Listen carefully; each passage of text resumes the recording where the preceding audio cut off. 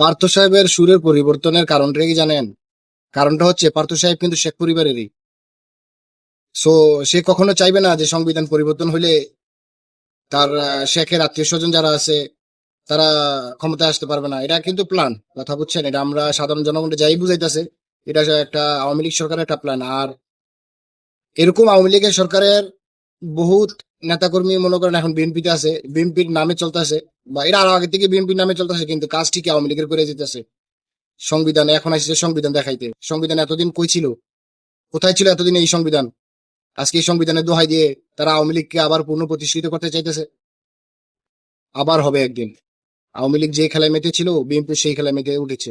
ইনশাল্লাহ আবার খেলা হবে, এই বাংলার জমিনে আবার খেলা হবে।